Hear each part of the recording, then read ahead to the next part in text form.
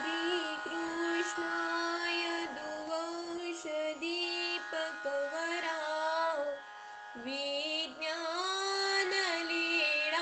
करा श्रीदत्ताऋषिवंश त्रिकुमरा श्रीचक्रपाणि परा श्रीमद्भारवती चरा प्रभुपरा नीलेपजीवोदरा श्रीमच्चक्रधरा कृपा गुणवरा सर्वावतारा नमो सर्वावतारा नमो सर्वावतारा नमो। श्री गोपाल कृष्ण महाराज की जय। दंडवत प्रणाम। अध्याय 8। ते यथार्थ ज्ञान अर्जुनाच्या प्रश्नावरून श्रीकृष्ण सांगतात। अर्जुन म्हणाला, हे पुरुषोत्तमा, ब्रह्म कशाला म्हणतात? अध्यात्म म्हणजे काय? कर्म म्हणजे काय? अधिभूत म्हणजे काय? त्याप्रमाणे अधिदेव कशाला म्हटले जाते? हे मधुसूदना, येथे या देहात यज्ञ कोण व कसा आणि जितेंद्रिय योगी तुम्हाला अंतकाळी असे जाणू शकतील? श्रीकृष्ण भगवान म्हणाले, परम अविनाशी ब्रह्म आहे। जीव उदाहरणार्थ ज्ञान देणे हा परमेश्वराचा मूळ स्वभाव, त्याला अध्यात्म म्हणावे। अजन्म व्यक्त जीवाला भौतिक देहात देणे अर्थात सृष्टी रचना करणे व त्या देहाचा विसर्ग म्हणजे संहार करणे त्याला कर्म म्हणावे। देहधार्यात श्रेष्ठ अर्जुना, नाशिवंत जड प्रपंच अधिभूत आहे, त्यामध्ये पुरुष जीव अधिदैवत आहे, या देहात अधियज्ञ मी आहे। देहांतकाळी जो मनुष्य केवळ माझे स्मरण करत देह सोडतो तो माझ्या स्वरूपाला प्राप्त होतो, यात शंका नाही। हे अर्जुना, अंतकाळी ज्या ज्या भावाचे स्मरण करीत, ज्या विषयाची आठवण करीत देह सोडतो त्याला जाऊन मिळतो, त्या योनीला प्राप्त होतो, कारण तो त्या स्वरूपाच्या चिंतनामध्ये नेहमी मग्न असतो। याकरिता हे अर्जुना, तू निरंतर माझे स्मरण कर, त्याप्रमाणे युद्धही कर, माझ्या ठिकाणी मन बुद्धी अर्पण करून निश्चित मला प्राप्त होशील। हे पार्था, अनन्य चित्ताने परमेश्वराच्या अभ्यासरूपी योगाशी युक्त होऊन दिव्य परमेश्वराचे स्मरण करून तू त्यालाच जाऊन मिळशील। सर्वज्ञ, सर्वांचा नियता, सूक्ष्माहूनही अतिसूक्ष्म, सर्वांचे पोषण करणारा, अंतर्ज्ञ स्वरूप, अति तेजस्वी आणि अविद्येच्या पलीकडील युद्ध सच्चिदानंद परमात्म्याचे, जो देहांतकाळी एकाग्र चिंतनाने भक्तिपूर्वक योग सामर्थ्याच्या साहाय्याने आपला प्राण दोन भुवयामध्ये स्थापन करून निश्चल मनाने स्मरण करतो, तो भक्तियुक्त पुरुष सर्वश्रेष्ठ परमात्म्याला जाऊन भेटतो। वेद जाणणारे ज्या पदाला अविनाशी म्हणतात, यतिमुनी ज्या पदाला प्राप्त होतात, ते पद प्राप्त करण्यासाठी ब्रह्मचर्य व्रताने पालन करतात, ते पद तुला थोडक्यात सांगतो।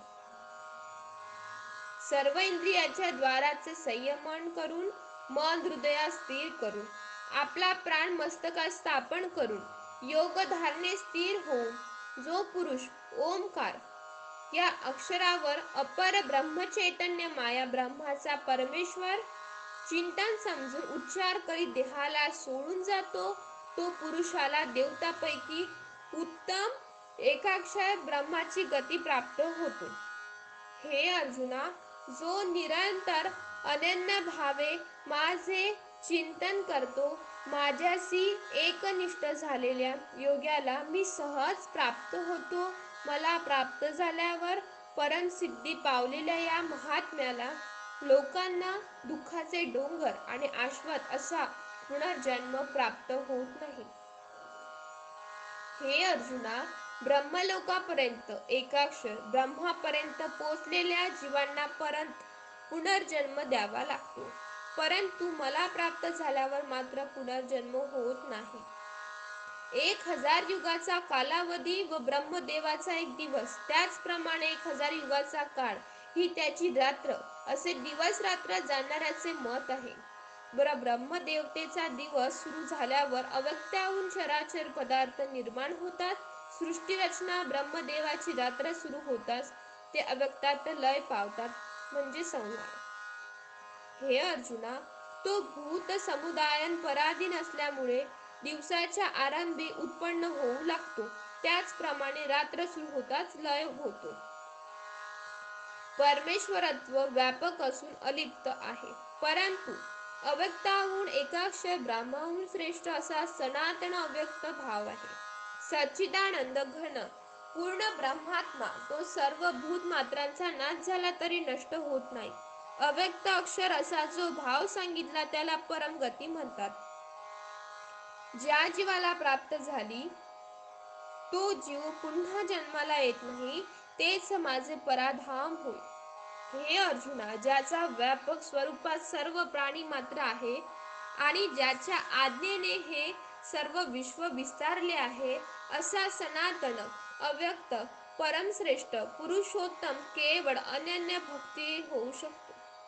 हे अर्जुना, कोणत्या काळात देह त्यागलेले योगी लोक पुन्हा जन्माला येत नाही आणि कोणत्या काळात शरीर त्याग केलेले योगी लोक पुन्हा जन्माला येतात, तो काळ मी सांगतो. अग्नी प्रकाश दिवस, शुल्ल पक्ष, उत्तरायणाचे 6 महिने अशा काळामध्ये मरण पावलेले ब्रह्मज्ञानी ब्रह्मपदाला अपर ब्रह्म प्राप्त होतात. धूर रात्र, त्याचप्रमाणे कृष्ण पक्ष आणि दक्षिणेयाच्या 6 महिने अशा वेळेला मरण पावलेले योगी चंद्र लोकांची प्राप्ती होऊन मृत्यू लोकात पुन्हा जन्माला येतात. शुल्लक आणि कृष्ण असे 2 मार्ग आहेत. एका पुनर्जन्माने रहित स्थितीला प्राप्त होतो आणि दुसऱ्या मार्गाने गेलेला पुरुष पुन्हा जन्म मृत्यूच्या चक्रात सापडतो, अशी जगाची मते आहेत.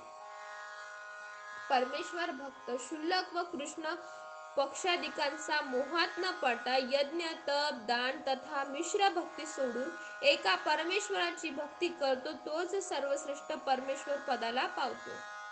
परंतु हे अर्जुना, माझ्या निष्काम कर्म करणारा योगी या दोन्ही मार्गाचे ज्ञान असल्यामुळे त्याच्या मोहात पडत नाही. त्याकरिता तू सर्व काळ निष्काम कर्म कर. निष्काम कर्मयोगी यज्ञात, तपात आणि दानात जे पुण्य फळ सांगितले आहे त्या सर्वांचा त्याग करतो आणि अनन्य भक्तीने सर्वश्रेष्ठ अशा माझ्या पदाला पावतो. याप्रमाणे श्रीकृष्ण भगवंतांनी निरूपिलेल्या तत्वज्ञानातील एव ब्रह्मविद्यार्गत योगशास्त्रातील श्रीकृष्ण अर्जुन संवाद अक्षर ब्रह्मयोग नावाचा 8वा अध्याय समाप्त. जय श्री कृष्ण. दंडवत प्रणाम.